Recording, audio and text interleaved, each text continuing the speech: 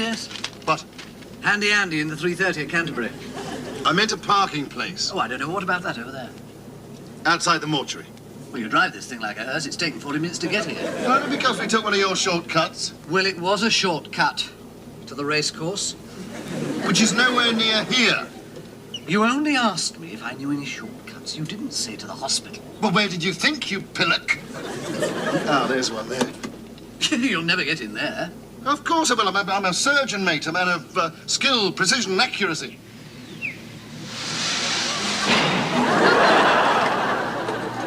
Maybe, but you're a lousy driver. Where do you learn to drive, mate? Dodgem cars, was it? Where'd you get your licence? Out of a cornflake packet? Look. I mean, this load of junk to be in a kid's playground, not on the road. Ah, no, hang on. Hold on. There is no need at all to adopt that attitude. I do have a witness. Your eyesight's a bit dodgy, mate. Maybe it's the black eyes. I haven't got any black eyes. No, just yet.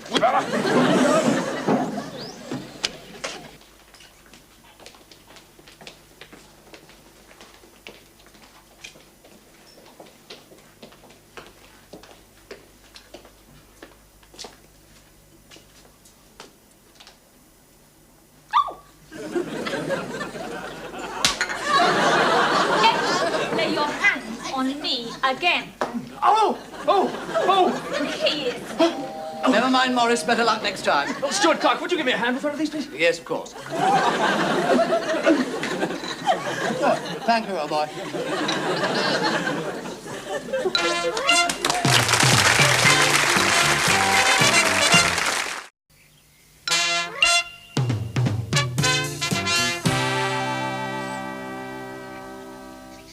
And a box of carbon. Fine, thanks very much. Oh, dear. Oh, I think that, yes, that looks like it is carpopedal spasm due to hypocalcemia from a parathyroid neoplasm. Treatment, surgery. Case of wet nail varnish. Sign, sticky fingernails. Treatment, 3 minutes, limp wrists. That's a shame. I haven't treated a parathyroid neoplasm in anyone under 50 before this. What are you doing? Classic case of Stuart Clark starvation. Treatment, 1 donut and coffee.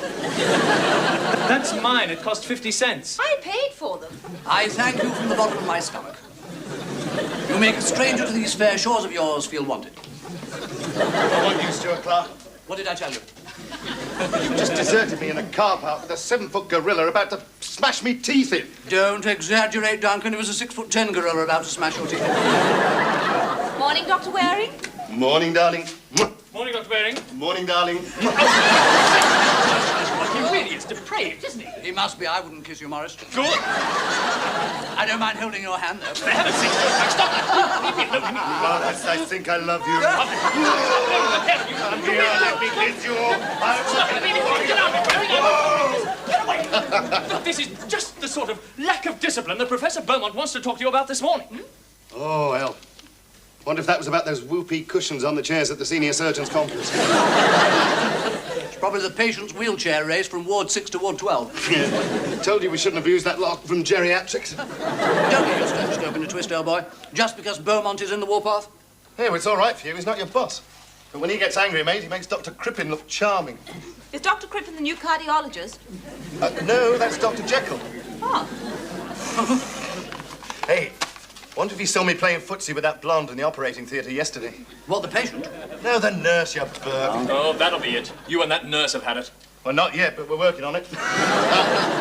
Hey, what time did Beaumont ask to see me? Well, he didn't. He's coming here. He's what? In about 5 minutes. Oh, I'll be off then. Who's running away again? I'm not running away. I'm teaching some first years later. Yeah, what you teaching them? Backgammon, roulette? Oh, very funny. And if Professor Beaumont catches you, you'll be back in first year. Beaumont doesn't worry me. And the only reason you think he's an ogre is because you're all so scared of him. Why don't you stride into his office and take the offensive? Oh, yeah. Yes! You should walk up to his desk, look him straight in the eye and say, now look here, Beaumont. I haven't got all day. What's all this about? What's all what about? Very good, Duncan. Didn't even see the list. That's because it wasn't me. Now, that wasn't so good, but never mind, old boy. The next time I bump into Beaumont, I'll put in a good word for you. Yes, Stuart Clark. Hello, sir. I was going to mention something to you, but it slipped from my mind. Sometimes I think your mind has slipped completely from your mind. All right. Pull up a chair and rest your basal ganglia. Yes, sir. Basal gang... Just a moment. Basal ganglia. I know that one now. Just a moment. It's, base of the spine, sir. Center of the brain. But in your case, it probably is at the base of the spine. All right. Now, what I'm about to say to you lot is going to be short, blunt, and not very pleasant. Nurse McNamara, sir. I beg your pardon? Short, blunt, not very pleasant. Very funny. Very funny. Just save your sense of humor for the patients or that little blonde you were playing footsie with in the operating theatre yesterday. Yes, you did notice her behaviour, sir. Well, I did complain to Sister Cummings, and she said... Sister Cummings says that you're an oversexed, underworked, two-faced, double-talking quack. Would you like me to leave, sir, while you discipline him? I prefer that you stayed. It'll save you listening at the door. Me, sir, listening at the door? Door. D-O-O-R. All right, sit down in that C-H-A-I-R.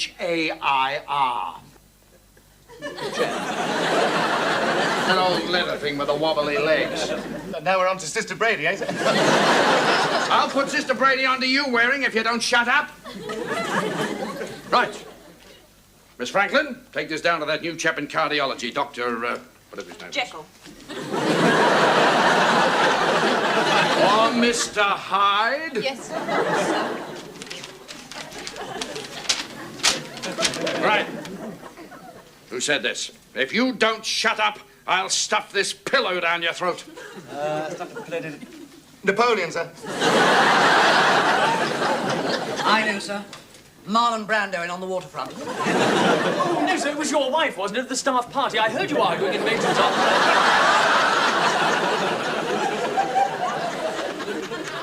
It was you, Waring, the day before yesterday, to a 55-year-old gastrectomy. Oh, yes. Well, he had threatened to stuff my thermometer up my... I don't care! In case you lot haven't noticed, the patients in this hospital are sick, not well, a bit under the weather, not feeling too good, and in some cases, after you lot have finished with them, dying. They're bound to be touching. I have a list of complaints here that would stretch across the Sydney Harbour Bridge. What about this one? If you don't cooperate, I'll let your wife have longer visiting hours. God, a fate worse than death. Ah, yes. Dr. Stuart Clark. I've already complained to Professor Wilkinson about you charging a patient $10 to give him an anesthetic that produces erotic dreams. I gave him $5 back, sir, when he didn't have one. I don't want to hear another complaint from this department till the day I retire. Oh, when exactly will that be, Professor? We were wondering because we thought... not very particular news there, wasn't it? Ah, yes. The informative Dr. Griffith. When a patient asks you what his operation will be, a simple answer will suffice, such as appendicectomy, cholecystectomy.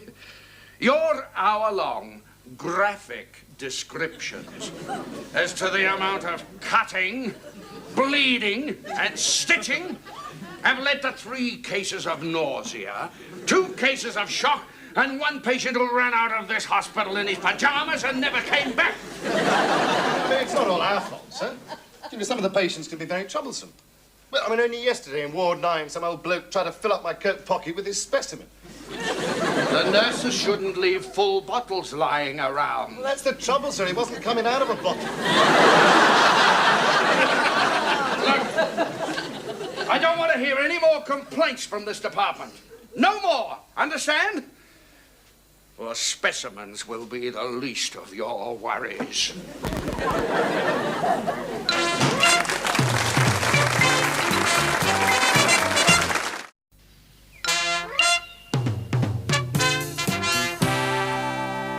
Yes, okay, darling. I'll pick you up tomorrow night.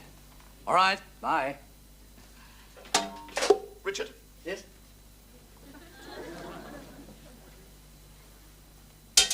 What are you doing? mean that's my Betty Wilson from X-Ray last Saturday. Yes, well, your Betty Wilson from X-Ray last Saturday happened to be my Betty Wilson from X-Ray last night.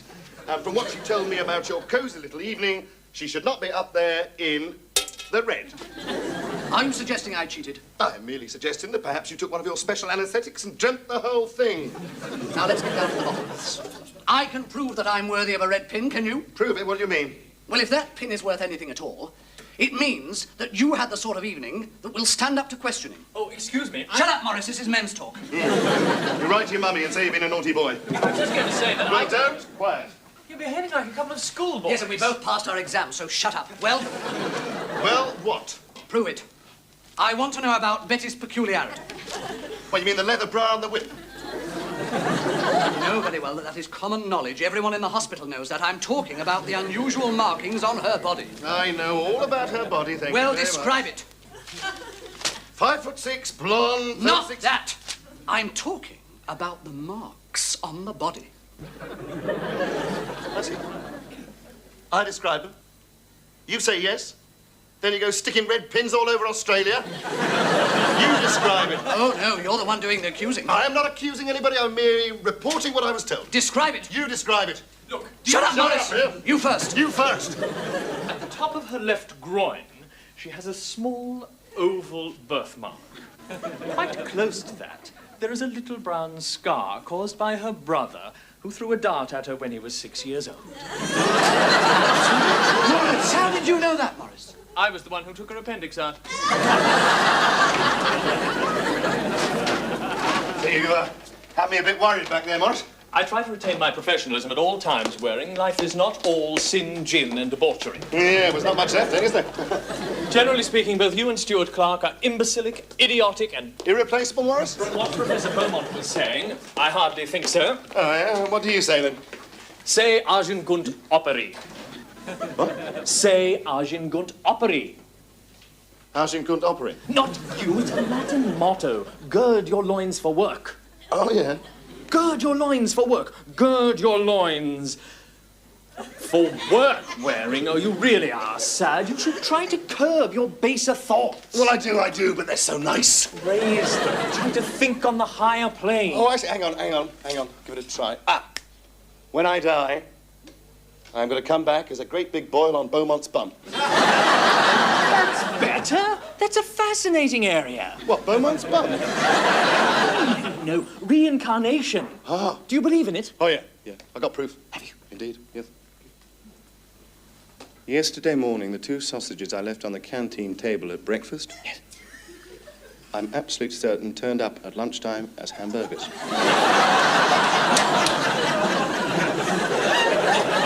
Now listen, Morris, come on.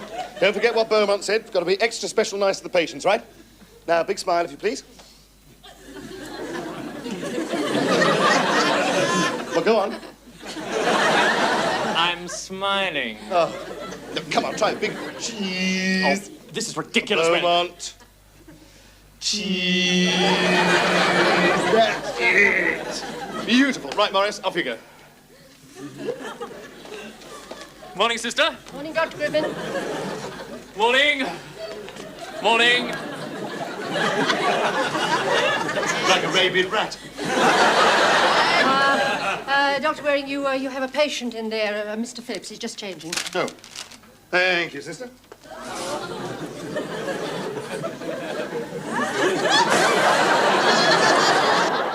Are you the first years? Yes, Doctor. Oh, good. Follow me.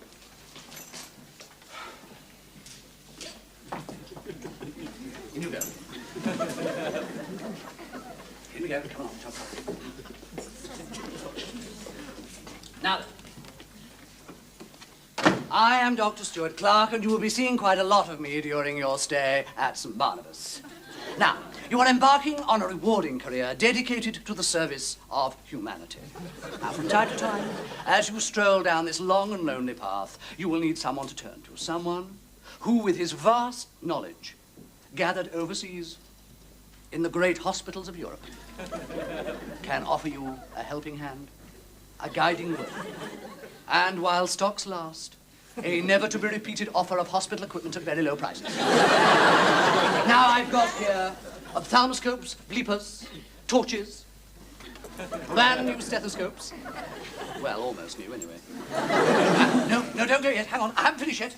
No, I've got pencils, erasers, pencil sharpeners, books, tickets. Listen, I've got a ground plan of the nurses' hostel. Very cheap. With a key.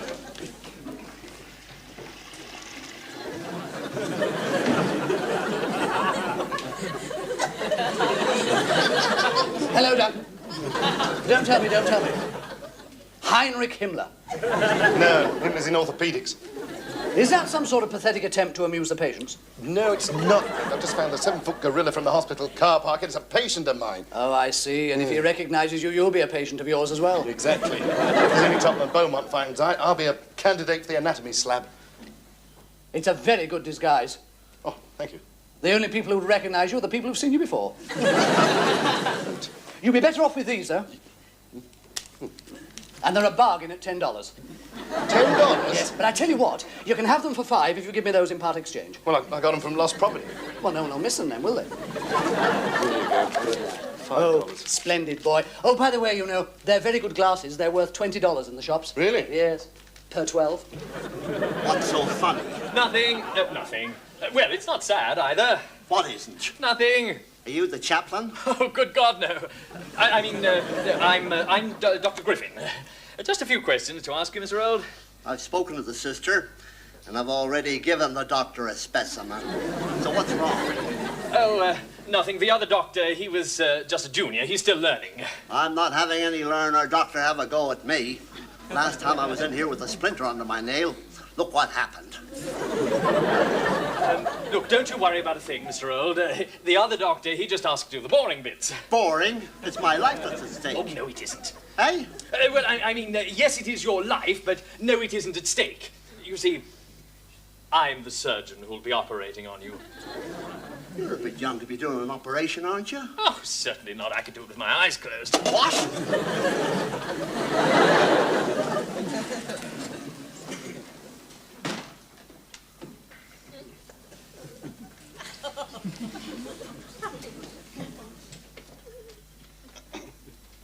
Good day, Mr. Phillips.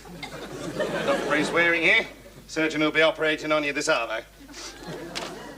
You're a surgeon? Too right, mate. Bluey, copper. What's wrong with your eyes? Nothing, mate. Well, what's with the glasses? The sun. Yeah? It's clouded over a bit. Just a little bit shy, you know. All right, well, that's it, mate. I'm not having you. I want to talk to someone higher than you, fella. I could stand on my tiptoes.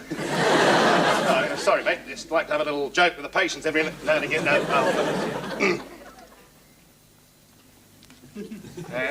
Okay, just give the old touch of the... That's it. Don't move too quick. I'll find it. There is something wrong with your eyes. They're all screwed up. Oh, no, mate, no. My grandfather was half Chinese. Dr. Waring, what's wrong with your eyes? I told you there's something wrong. All right, you first years, follow me and pay attention. Now, there's more to being a doctor than just swinging a stethoscope. Incidentally, those of you who haven't got one, get one. Medicine is about relationships. Not just, yes. Later, Sister Cummings. I'll be with you in a moment, Sister Cummings. Not only relationships with the staff, but also a good doctor-patient relationship must be established. Allow me to give you a good example. No, I didn't say I was going to operate with my eyes closed. I only said I could. Stop. Yes, you did, and you said it was boring, and it was my life that was at stake. Sister Cummings! Do it, Clark! Get out of here!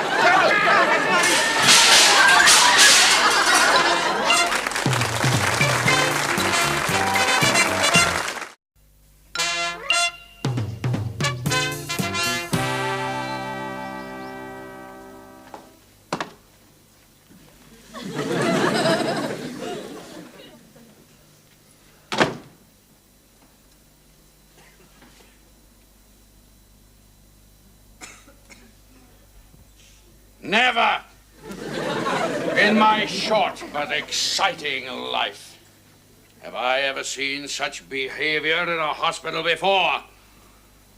You three have managed to wipe out in one morning what it took Louis Pasteur a lifetime to achieve.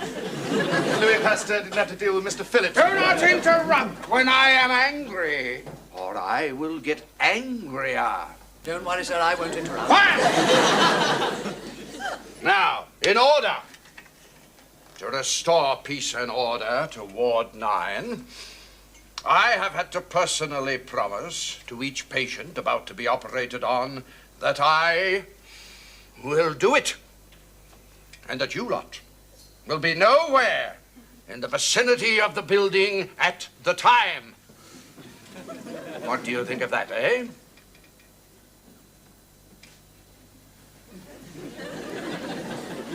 Well? You told us not to interrupt, sir. What? Now, as I don't normally do this sort of kid stuff that you think is surgery, and as I am also bloody expensive, I have decided not to charge them. Oh, that's very nice of you. Thank you. However, I will be charging you lot. Out! Oh, sir! Out! Tell you what, one of these days I'm going to accidentally let my scalpel slip and penetrate Beaumont's mediastinum. Oh, dear, and him a married man. It's in his chest. Oh, is it? Now I'm going to have to do an awful lot of overtime to help pay off his inflated fees. Yes, well, I'm going to have to pinch something really valuable. I wonder what the going rate for a lazy is. Come on, let's go and have a few jars. Good idea. Oh, I wouldn't reverse if I were you. No, just leave me alone. I'm perfectly all right. Yes, but there's a car. Just behind you. Right! Now, look, be careful. Now look here, you stupid... Gorilla Phillips. No. Gorilla Beaumont. Come on!